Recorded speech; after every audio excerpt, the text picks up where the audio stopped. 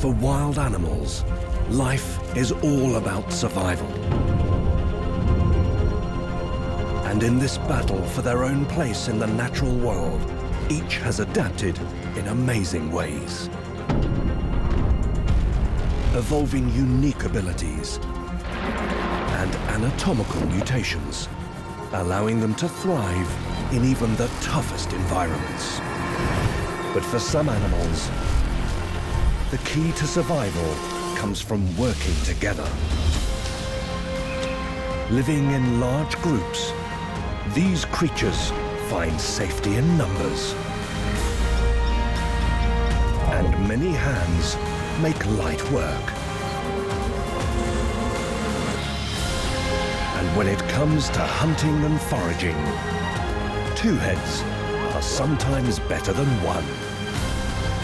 In the battle for survival, these are nature's most sociable animals.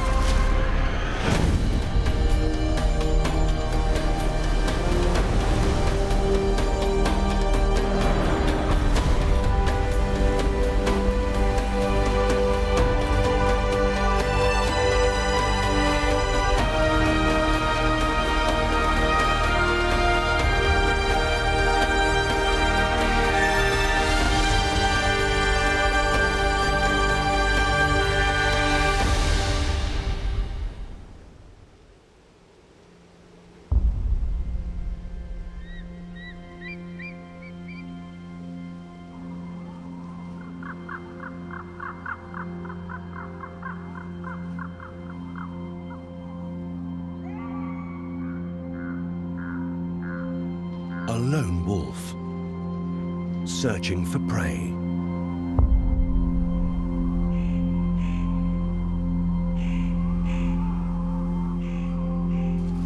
He hasn't eaten for days, so hunting on his own in these frozen forests, this wolf must take any opportunity.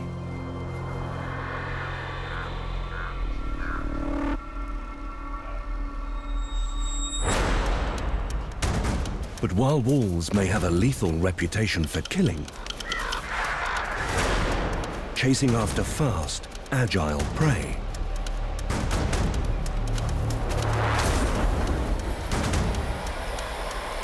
a single wolf usually fails to make large kills.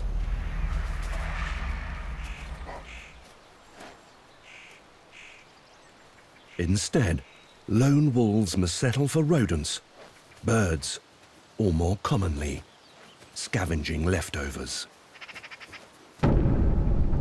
From kills made by the more deadly power of wolves that hunt in packs. Right now, he could be risking his life by encroaching into the hunting ground of a wolf pack. Highly territorial, the packs use their combined strength to kill any intruder that stumbles into their domain.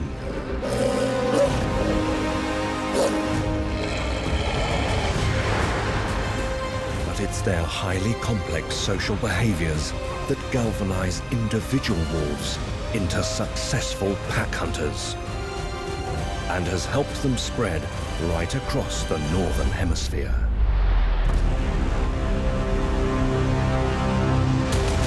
Romania's Carpathian Mountains are still home to around 4,000 Eurasian wolves that roam the forests in packs of 5 or 6. Each pack is led by an alpha male and female. These wolves are amongst nature's most dedicated parents, living their entire lives alongside their offspring.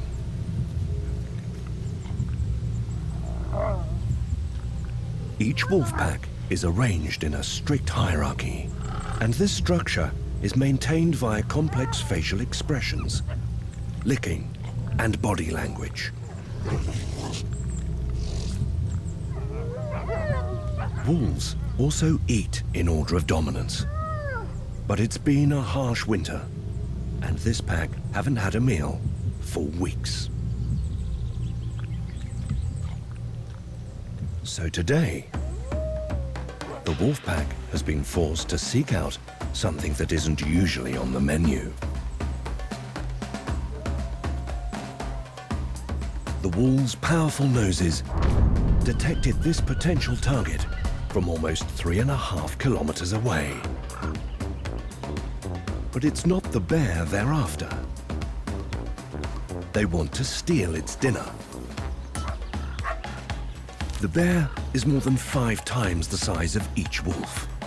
One swipe of its claw could kill. A single wolf wouldn't stand a chance. But this pack know how to work as a team. Surrounding the bear, one wolf distracts it as the others close in. The wolves are hungry, but they are also patient. Years of coordinated hunting means each wolf in the group knows its role. The whole pack working intuitively. This lethal efficiency is a direct result of the wolves' rigid social structure.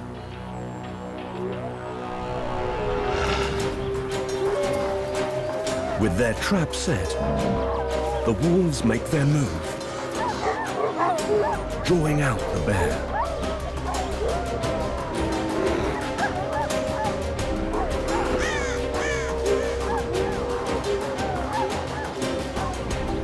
The bear charges, hoping his sheer size is enough to scare them off.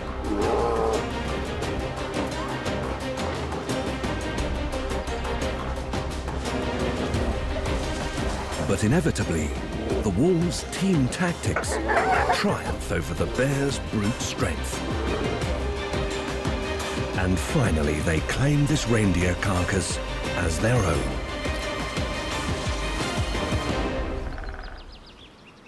This bear realizes he's fighting a losing battle. And against the might of the pack, wisely, he decides to retreat.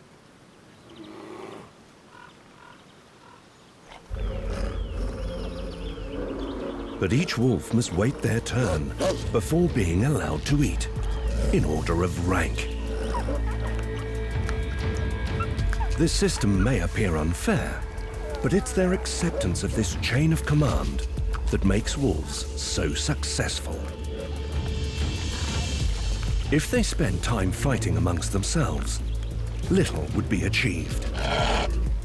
Though the power of the wolf pack's team hunting proves many heads are always better than one, with so many mouths to feed, this large pack needs another kill soon in order to keep them alive. In the predator's fight for survival, it isn't only wolves that have realized that cooperation increases the chance of making a kill.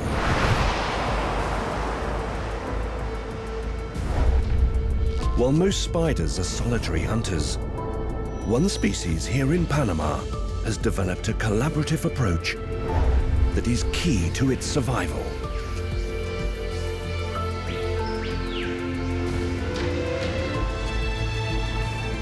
And like most creepy crawlies, they do their hunting under the cover of darkness.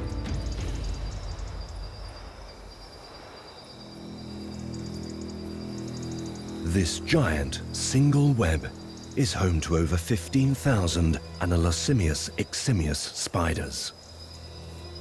They've learned that working as a colony is more efficient, creating webs almost 8 meters across.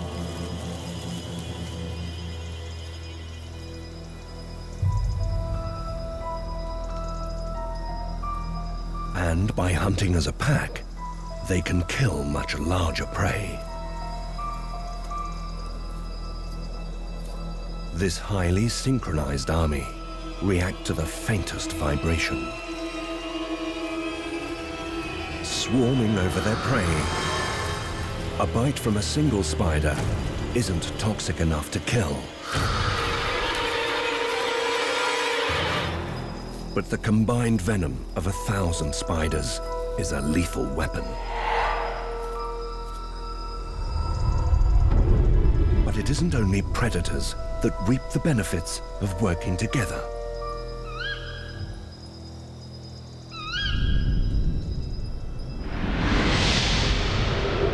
In fact, in their fight for survival, many prey species also live together in large groups, seeking safety in numbers. But some have gone on to develop complex social hierarchies, which leave the unfortunate few at the very bottom of the social ladder.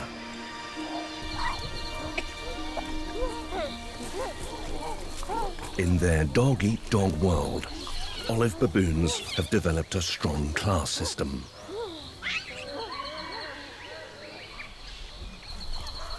And all young baboons must accept their place in the troop hierarchy. If you have a high-ranking mother, you have little to fear.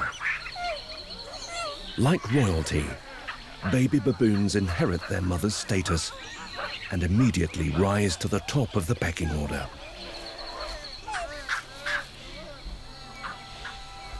But as the daughter of a more lowly female, this baby faces a lifetime of bullying from the other baboons.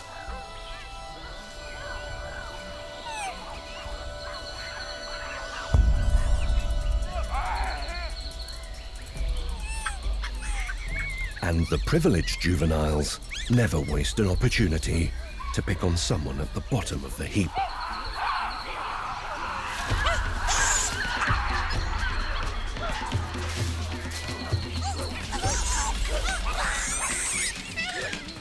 Even when the baby is under attack, her mother is unable to offer any protection against these bullies from a higher social rank.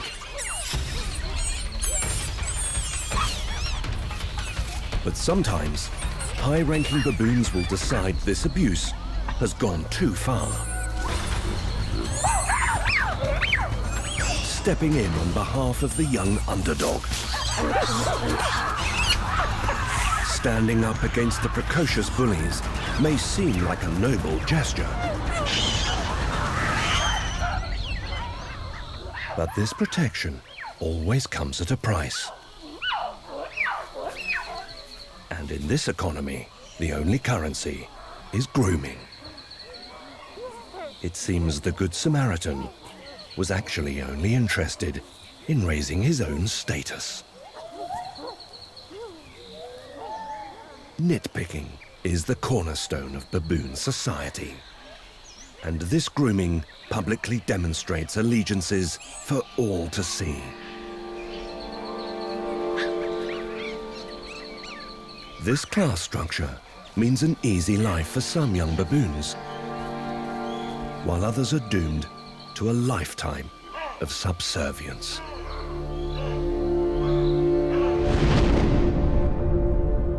But here, in Patagonia, a species that lives in large groups combine their resources to protect all the young in the community. Patagonian Mara are closely related to guinea pigs. Armed with short front legs and 4 sharp claws, they are perfectly adapted for digging. All the females in the group have worked together to dig out a communal burrow in the soft sandstone.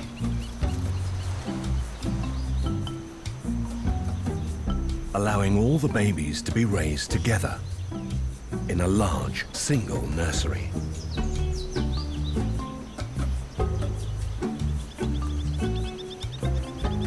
The underground burrow provides a constant temperature to rear young Mara.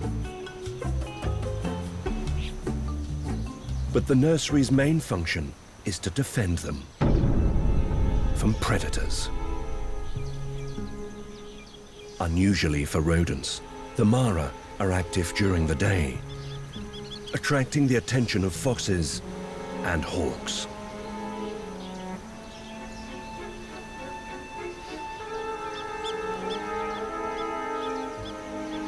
But with only one entrance to their communal burrow, the whole community is able to share the job of surveillance, allowing more time for grazing and sunbathing. But with so many predators in the area, the Mara can never truly relax.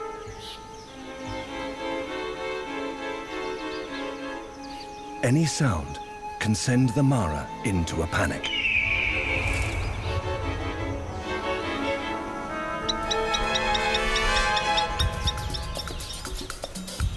The young Mara race towards the safety of the underground burrow. But the adults scatter to cause a diversion. This strange hopping action allows the Mara to outrun almost any predator and leads them away from the group's nursery. Thankfully, this time, it's a false alarm.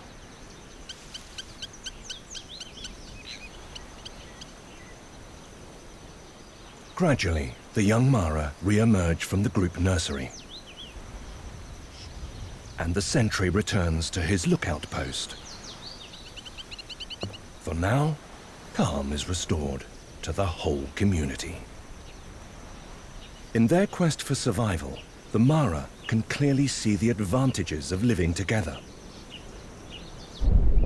But when animals live in such close proximity, problems also occur, though they can be a little harder to spot.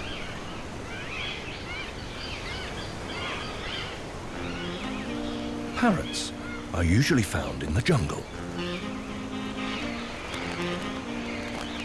But here in Patagonia, a colony of conures have moved to the coast. These soft sandstone cliffs are home to over 35,000 breeding pairs that have taken up residence in a stretch of cliff only 12 kilometers long. It's the largest colony of parrots anywhere in the world.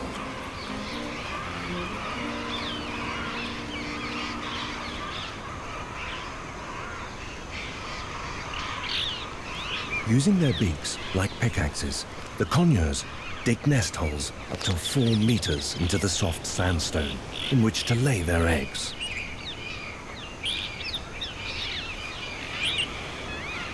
These burrows provide such good security for the eggs that more and more birds go on to build their own homes here.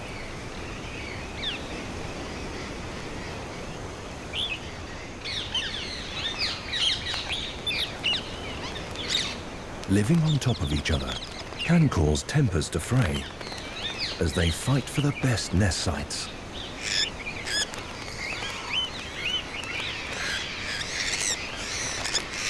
But living in such a high density can lead to much more serious problems. Parasites are passed quickly from one bird to the other, and any outbreak of disease can spread through the colony like wildfire. Luckily, the benefits of social living help to outweigh the problems. Like finding love.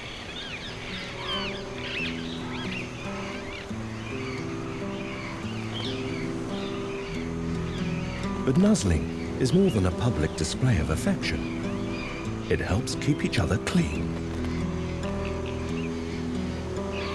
Like penguins, these parrots mate for life. And for conures, beauty truly is in the eye of the beholder. They may all look identical to a human eye, but parrots see a broader color spectrum, including ultraviolet. So, even in the middle of such a huge colony, they can find one another easily. The safety provided to the eggs by their cliff-face homes is the main reason the conures have chosen to live here in such large numbers. But when the young birds leave the nest, some will inevitably be lost to predators that always lurk near such key breeding sites.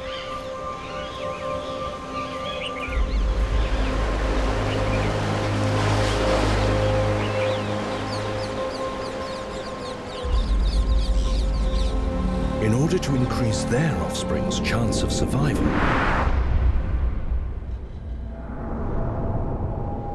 one species here in the Okavango Delta has learnt to always travel in large groups.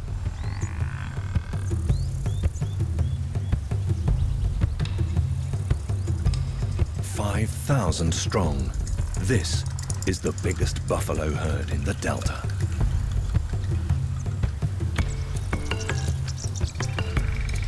But drought has reduced other prey numbers, meaning these buffalo have become more of a target for the prides of hungry lions that are now shadowing the herd as they migrate.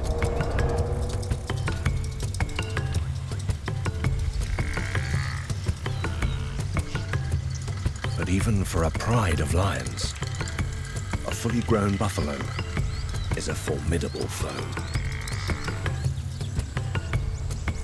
Weighing in at up to 900 kilos, each is equipped with a huge set of horns that could easily inflict a fatal wound to a lion. But a calf is a different story.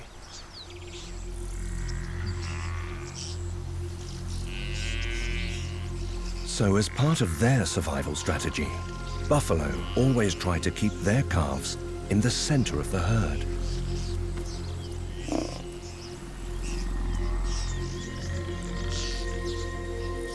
These lions would struggle to penetrate the buffalo's formidable defensive formation.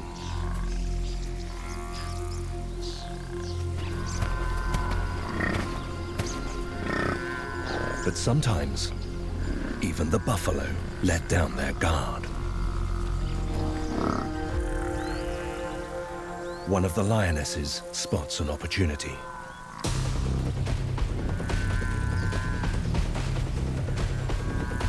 This is what they've been waiting for. Working together, the lions are closing in. Due to their heavy muscular bodies, lions can only sprint a short distance, only attacking if they get within 30 meters of their target.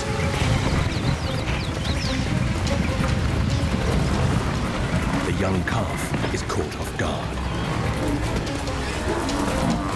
But buffalo have a powerful defensive instinct and will defend any calf in danger.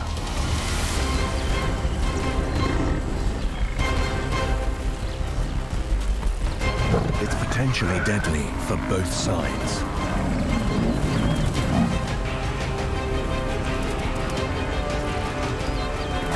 Sensing a second chance, the lions attack again.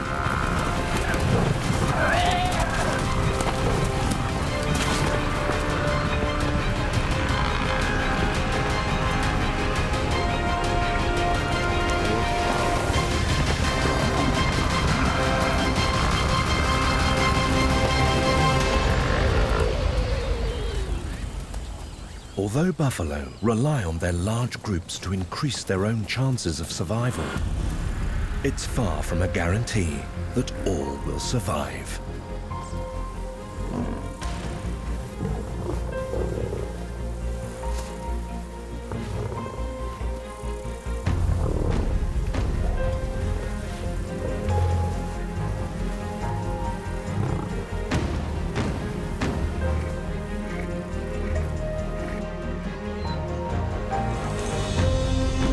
Huddling around their young protects enough calves against predators to maintain the buffalo population.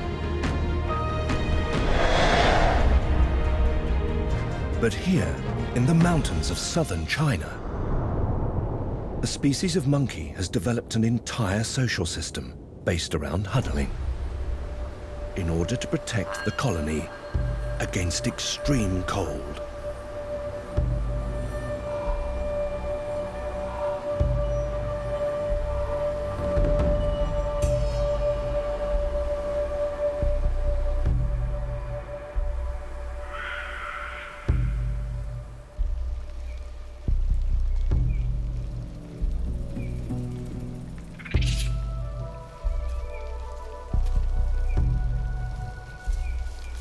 Snub-nosed monkeys can be found at altitudes higher than any other primate apart from humans.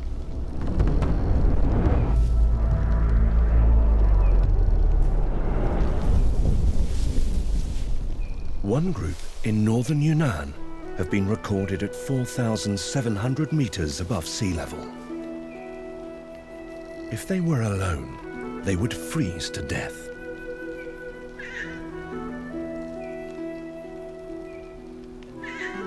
But the snub-nosed monkeys are able to withstand these extreme conditions thanks to their close-knit social groups that huddle together for warmth.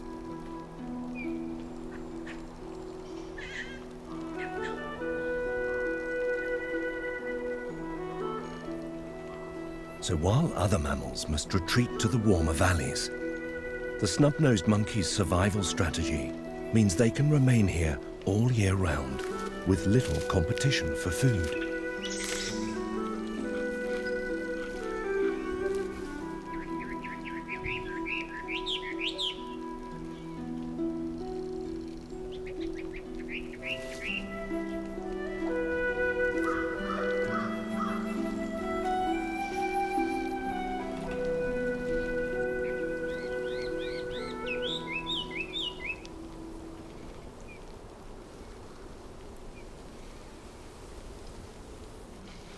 As the sun sets,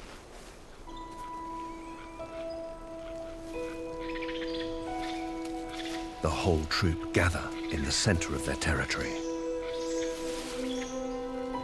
and huddle into position.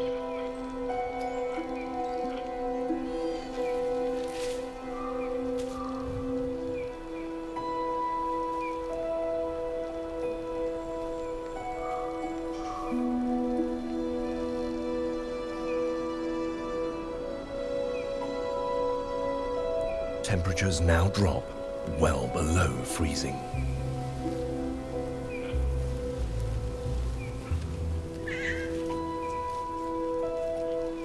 Their fur alone wouldn't keep out this cold. They need each other's body heat to try and fight off these potentially deadly nighttime temperatures. The monkeys have all been taught the importance of being team players.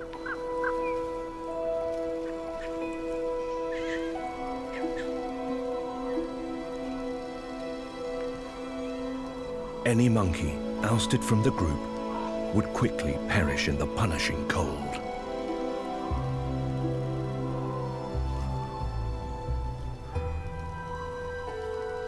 It's thanks to these group hugs that snub-nosed monkeys can survive at this extreme altitude.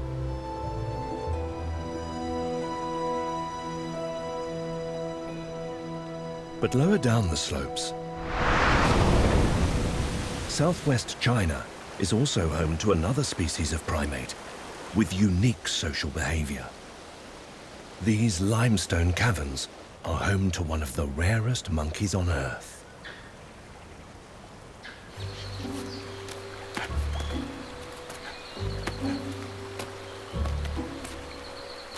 Francois' langurs live in tightly knit groups of around 12 monkeys. And they have developed a communal method of raising their young. Males play no part in childcare.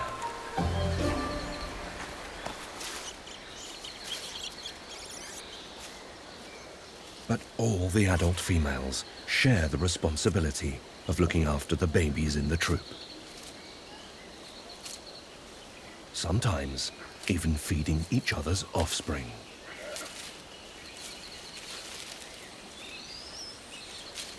To avoid predators, the troop have chosen this precarious home on the gorge's sheer cliffs. So to raise enough young monkeys, all the colony's females must work together, carrying each other's babies around in the near vertical terrain. At 6 months old, the baby's orange fur turns black.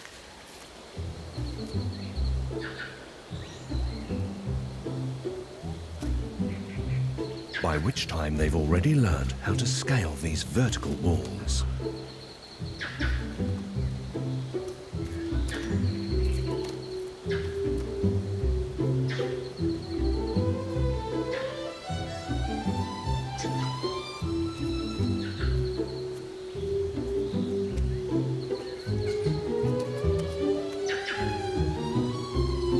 Allowing them to access mineral-rich spring water,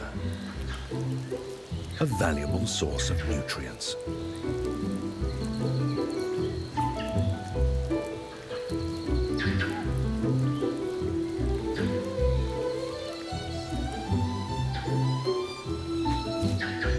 But as the sun sets, these protective, socially conscious mothers and their young perform another, even more unique behaviour. Heading deep into the limestone caverns for the night.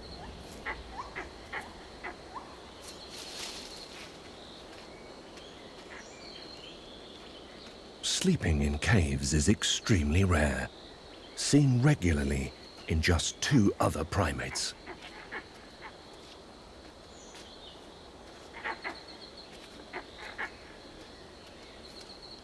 But it's thought that here it provides the troop with protection, not only from predators, but from the cold.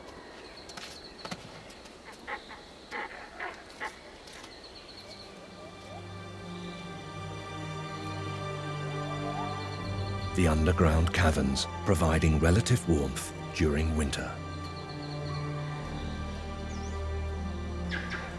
The Langurs have learned to survive in this isolated habitat thanks to the communal raising of each other's young.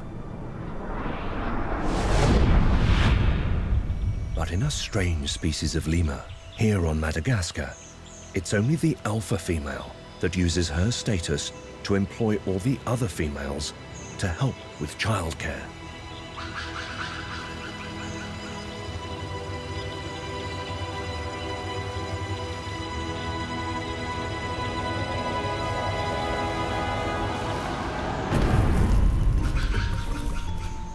The shifak is a type of lemur. But its strange walk is totally unique.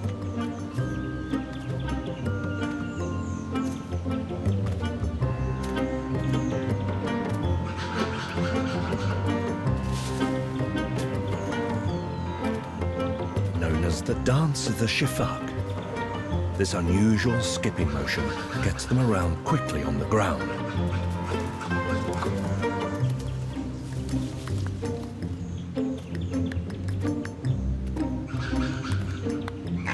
But the way they move around amongst the spiny branches is even more unusual.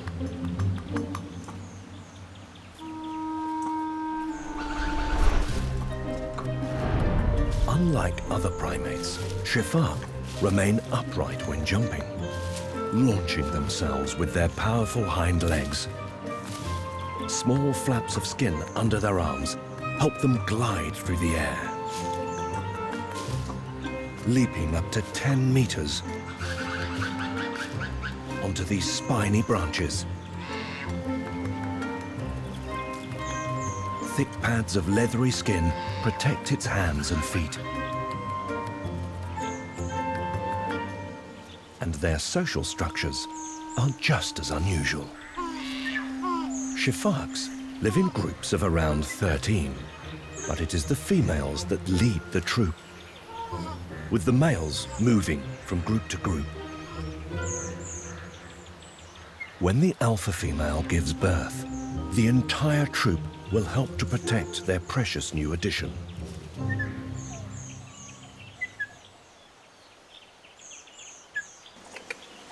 Working together, this team effort ensures the baby has everything it needs.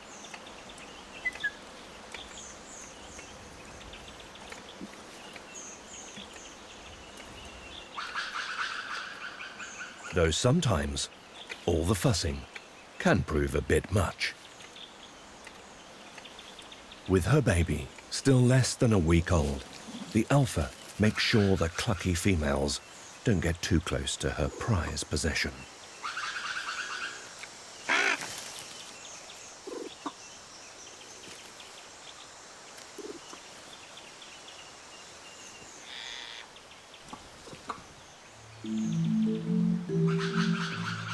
While the alpha female enjoys a privileged position at the top of lemur society, there's an insect that pushes the idea of being born into royalty to the very limit. In the foothills of the Alps, these honeybees are on a mission.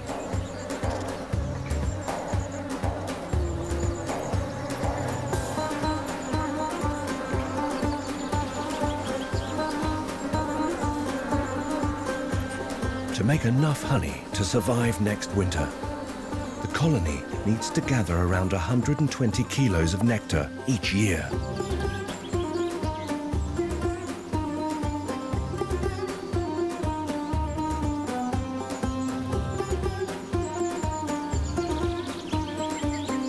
They also need pollen to feed the next generation of bees, produced by the single queen at the heart of the hive.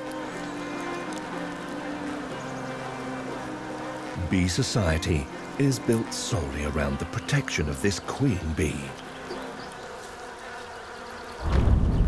She chooses whether or not to fertilize each egg, controlling which young bees develop into female workers and which into male drones. Only female bees can sting, but they always die soon after. Their barbed stingers mean they can't pull it out, tearing out its digestive tract as it separates.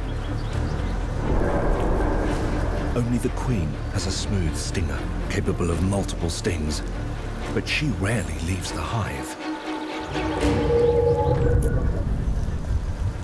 The stingless male bee's sole purpose is to mate with a queen. In autumn, they are forced from the hive and will perish when the snow arrives.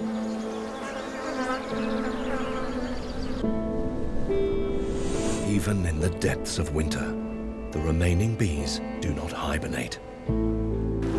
Instead, the 15,000-strong colony work all winter long to keep the queen alive.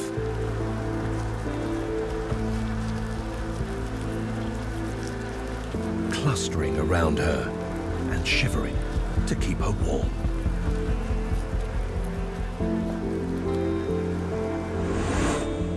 But right now, in the mountain heat, the hive needs to be kept cool.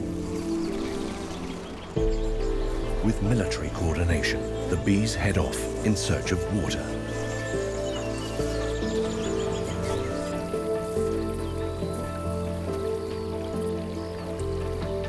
Sucked in through their mouth, it is transported back to the hive in a storage organ in the bee's abdomen.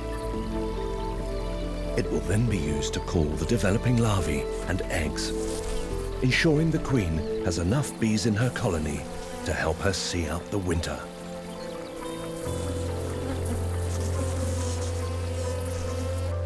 Bees have one of nature's most highly developed class systems, each insect born into a specific role in their hive. But Northern Australia is home to equally well-organized insect colonies.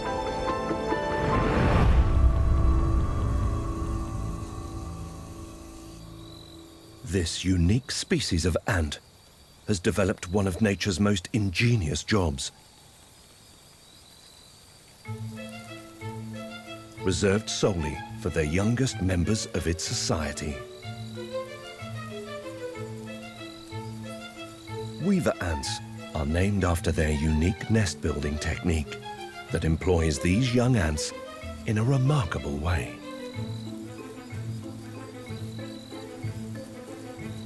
One group of ants pull leaves together.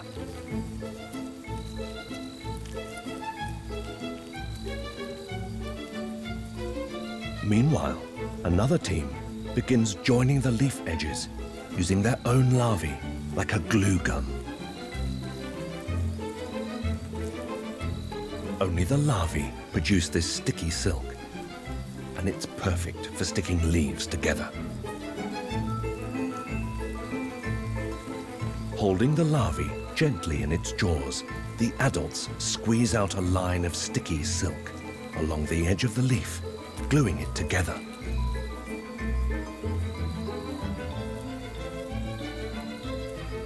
Each ball-like structure takes 24 hours to complete. This colony of 500,000 worker ants has built more than 100 nests in these trees. The weaver ants are highly territorial and also have large soldier ants that will aggressively defend their territories against any intruders. Ants and termites are the perfect example of large organized societies with defined roles for every individual.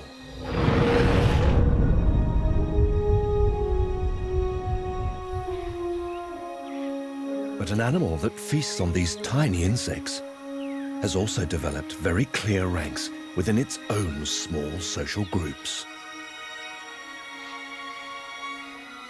Here, in the jungles of the Congo, lowland gorillas live in the smallest groups of any gorilla. And when it comes to eating, the gorilla's motto is also little and often,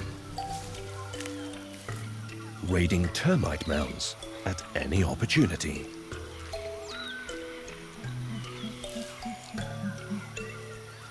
But extracting the tiny insects and their larvae isn't as easy as it looks.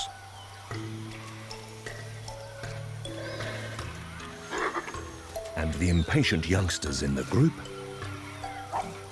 often end up empty-handed. But the older, more experienced females in the family have the technique down to a fine art.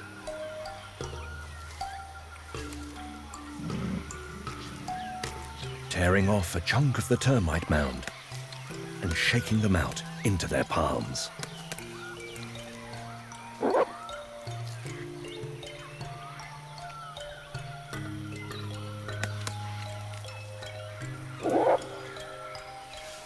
The young gorillas in the group must learn by watching.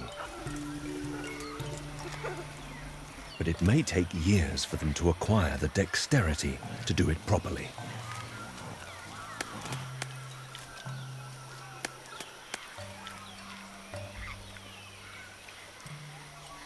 The insects are packed full of fat and protein, and these lowland gorillas spend much of their time feasting on them.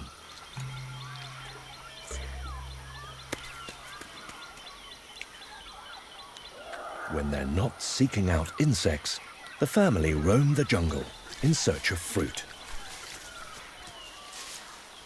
The group is led by a huge male. He weighs more than 2 adult men, and it's his job to seek out the next meal.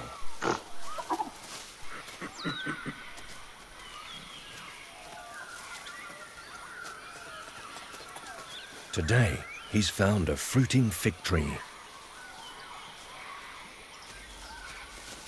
And the group's older females climb up to feed first.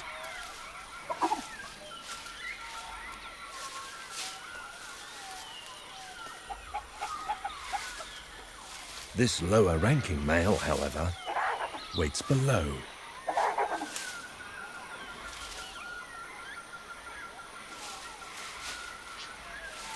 But he's in luck.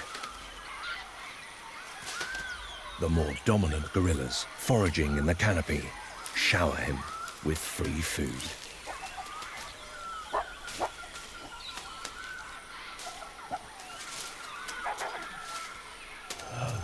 Figs are checked for ripeness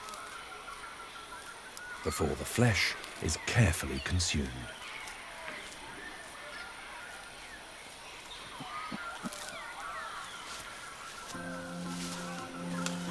For this family of lowland gorillas, this is bliss.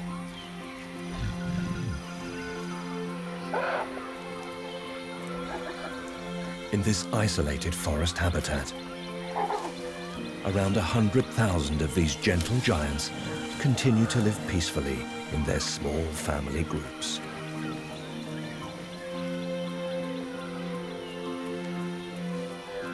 After feeding, the group's elders sleep off their lunch, while the youngsters burn some energy, play fighting.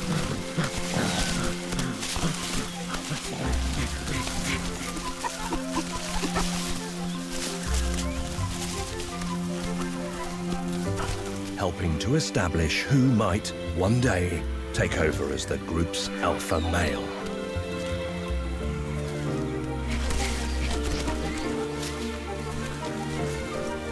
Like humans, however, these young gorillas grow up slowly. But thanks to the safety provided by their protective family groups, they have time to develop the skills needed to survive here.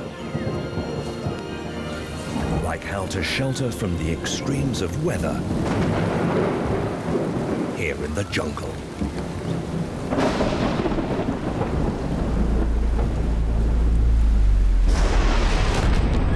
In the battle for survival, some of nature's most amazing animals have learned that living in large groups is the key to success. Social living provides safety in numbers. Many hands make light work, and a problem shared is a problem halved. Hunting as a team can turn a good predator into a lethal killing machine. Sometimes in nature, the key to survival comes from working together.